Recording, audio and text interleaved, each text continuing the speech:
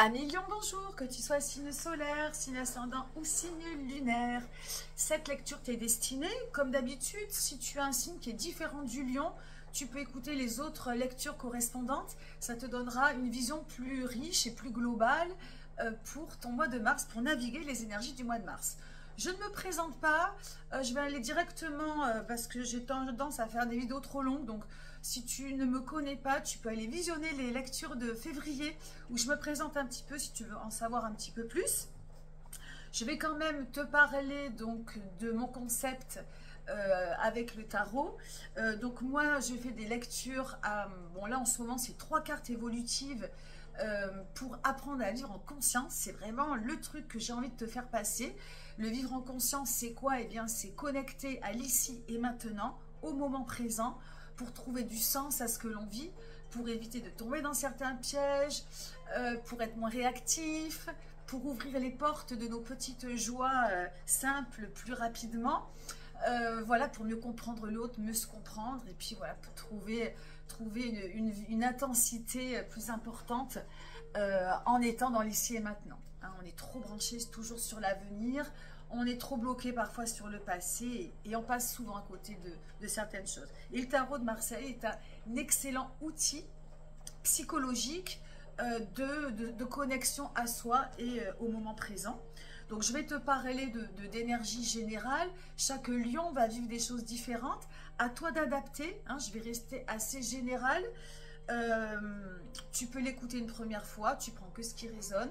Une seconde lecture en cours de route est pas mal. Peut-être tu finiras par voilà, déclencher d'autres choses que tu n'auras peut-être pas compris à la première lecture. Voilà tout. Donc, le jeu du mois de mars, c'est le Yokai Tarot que voilà, je suis une collectionneuse de tarot, donc à chaque fois c'est voilà, c'est des découvertes. Ce sont des personnages de légendes japonaises. Donc voilà, c'est assez intéressant. Je ferai des lectures un peu plus riches quand je connaîtrai un petit peu mieux le jeu. Parce que chaque personnage a une histoire. Et bon, là c'était un peu trop long. Je ne pourrais pas mettre trop le nez dedans. J'avais pas assez de temps. À nous. Donc, prends un temps pour toi. Mets-toi dans un endroit calme, tu peux t'allonger, n'écouter que ma voix, tu peux fermer les yeux. Prends une grande respiration, très grande respiration et tu souffles, voilà, pour vraiment te mettre dans un état de calme et de concentration. Et on va pouvoir commencer avec le thème. Le thème du mois de mars, la mission, l'inspiration du mois de mars, c'est le 2 de bâton. Alors, le chiffre 2 est une énergie un peu fougueuse qui part un peu dans tous les sens. Sur cette carte, on a un chat qui essaie d'éteindre un feu qu'il y a partout autour de soi. Donc, pour te la faire imager, ce 2 de bâton, c'est quelque chose, voilà, une espèce alors ça peut être une fougue, ça peut être une colère, quelque chose qui s'embrase, qui se consume et que tu as du mal à éteindre. Et qu'il va falloir peut-être canaliser ce mois de mars. Donc, est-ce que c'est de l'ordre d'une énergie, d'un projet, d'une émotion? Alors, on n'est pas dans l'émotion, mais voilà, quelque chose qui part un peu tout feu, tout flamme et qui a besoin d'être centré, qui a besoin d'être canalisé. Est-ce que ça atteint quelque chose au niveau physique, au niveau de la santé, quelque chose au niveau voilà, d'une fougue, un embrasement, c'est un embrasement comme un incendie intérieur ou extérieur qu'il va falloir temporiser, qu'il va falloir canaliser pour mieux gérer la suite. Hein. Donc peut-être que c'est un projet, peut-être que c'est en toi, une colère aussi, à toi de voir. Mais il y a quelque chose, on va reprendre l'image de ce petit chat que tu dois éteindre. Il y a un feu là qui est en train de s'embraser, qui est en train de se propager. Et la mission, c'est on temporise, on canalise, on réunit un petit peu, parce que l'énergie est intéressante. L'énergie du 2 est toujours très intéressante parce que c'est la vie en fait. C'est un petit peu l'éclosion de quelque chose. Mais si on la laisse partir, eh bien voilà. Ça peut être comme un feu, ça brûle et ça peut faire des ravages. Donc le but, ben, c'est de pouvoir canaliser cette énergie pour en faire quelque chose de bon. Début du mois de mars, la première énergie, c'est le 7 d'épée. Alors là, du coup, le 7, c'est quelque chose qui peut être très généreux. Donc l'épée, on est dans le mental, dans les pensées, dans les idées, dans la communication parfois. Ce 7 d'épée, il peut être très bon, très généreux, très intelligent, très perspicace, très déterminé.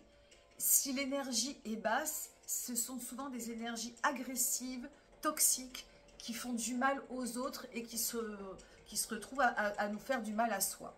Pour moi, le 7 d'épée, là, comme on voit le personnage, c'est de vraiment prendre ses clics et ses claques et de ne pas y aller, de ne pas aller au conflit, de se retirer,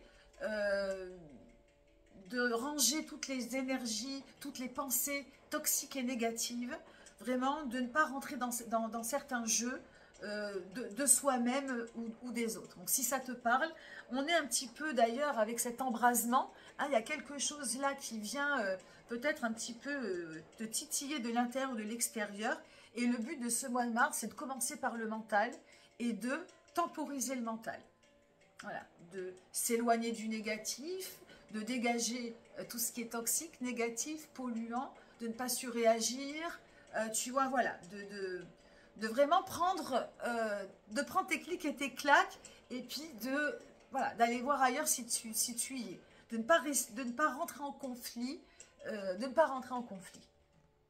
Voilà, ça va être la première énergie à observer, pour retrouver un mental paisible, un mental positif, un mental serein. Milieu de mois, ça c'est intéressant, c'est une arcane majeure, c'est la grande prêtresse, c'est une énergie féminine, une énergie verticale, spirituelle, et elle porte également le numéro 2.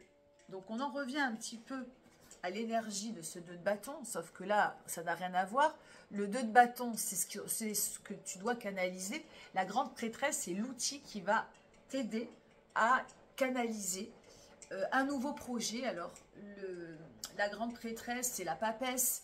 Elle se retire pour se projeter. Voilà, c'est une, comment dirais-je, une énergie d'accumulation, une énergie d'intelligence. C'est un retour à soi, un retour vertical, spirituel, où où tu vas prendre le temps de te reprojeter. Et tout ça, ça va venir éteindre le feu qu'il y a à l'extérieur ou à l'intérieur.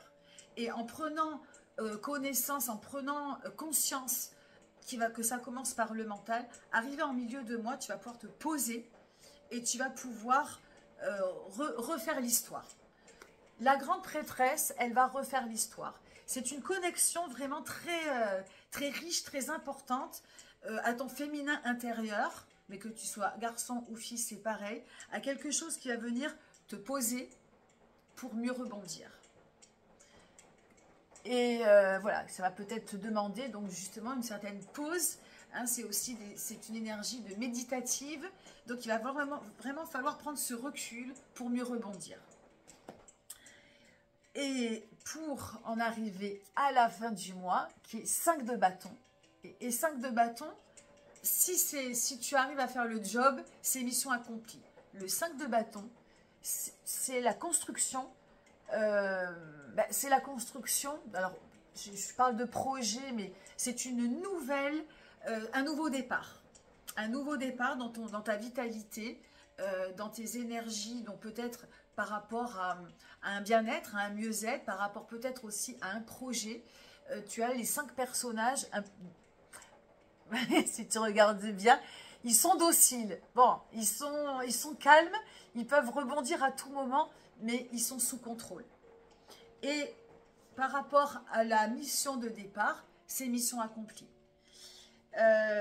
Donc pour moi, il y a vraiment... Bon, évidemment, il faut que ça te parle. Hein, donc tu cherches soit à l'intérieur ou à l'extérieur de toi quelque chose qui te met peut-être en colère, qui te fait partir, pas forcément colère ou tout feu tout flamme, dans quelque chose où tu veux peut-être aller trop vite. En fait, ce mois de mars, c'est une prise c'est un ralentissement parce que tu veux aller trop vite. Ça va trop vite. Et ça va partir d'un mental qu'il va falloir... Voilà, tu peux pas tout faire, tout réussir, tout embraser d'un coup. Il faut calmer le jeu, calmer le mental, revenir à l'écriture d'un projet, à l'écriture de quelque chose, voilà, de revenir à toi. Cette grande prêtresse mi-mars, elle est hyper importante. Tu vois, de vraiment, c'est une pause qui va te permettre de rebondir. Et fin de mois, on repart. Et même astrologiquement, on a plein de rétrogradations de planètes. On n'est pas dans l'action.